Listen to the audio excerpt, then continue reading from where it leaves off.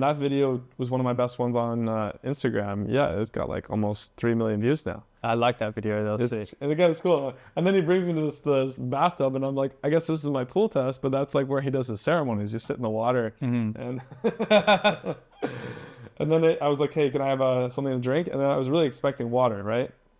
Spiritual guy. He comes out with like a kura beer. I'm like, oh, I guess. I'm like, it's like 11 a.m. I'm like, I guess we're drinking today. Could have been Iraq, and that could have been a different story. Yeah. So on that note, I would like to just keep experimenting. I also want to expand beyond Bali. Like I would like to take these tours wherever I go. Out of curiosity, I reached out to a place in LA. I just saw a cool page through a post. I reached out to the page. Hey, if I was ever in LA, would you allow me to do a home tour? He said, yeah. And then I was like, okay, just out of curiosity, what's the price of your homes that you develop?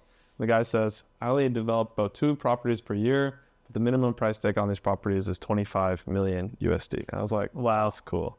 That's like a whole next level of like wealth and stuff. And then what's cool about it is I got in this to grab some attention and stuff, but I also thought of it too as a way of networking, right? Mm-hmm. Rather than just being like, hey, let's meet for coffee, which usually is like a way of sucking value from someone. Now I'm like adding value to this property owner or adding value to this developer by doing these villa tours. But then it's also a soft way to like meet them, understand their business, make another connection. So it's all around like, I have to say, I wish I would have done this earlier, but content creation is really king in this day and age. You either want to own the platform or you want to be on the platform, but you got to be involved in the platform in some ways, it seems, right?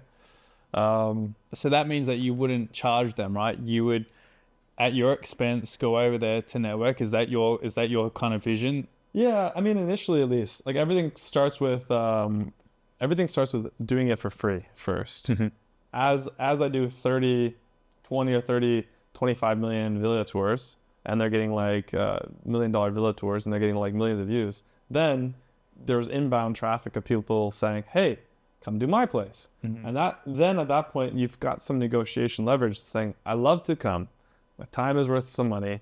I have expenses. My editor needs to get paid, etc.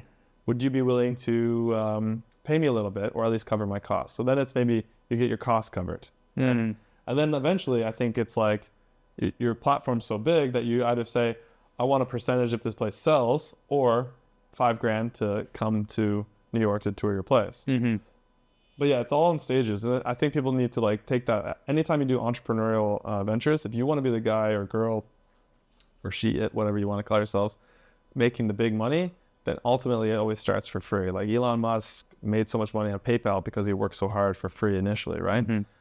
Celebrities, actors had to do all these like free, crappy jobs in order to get those jobs eventually. It's the people who are like, I want to get paid now, pay now, pay now. They have a hard time ever moving up because they never invest in themselves in a way, right? I look at Daniel Mack, right? Yeah. So Daniel Mack, started off the whole, what do you do for a living? Yeah. And then he transitioned into having his own podcast now. And because he got picked up, he's got an agent now. So now he has like all the big shots come on his podcast. He had Cheech and Chong a couple of weeks ago. You spoke with him? Yeah, and they gave him edibles and he was fucking losing his mind, right? So like when you're looking at building your brand, because yeah, sure, doing all the shorts, the reels, everything like that is still going to get you heaps of views.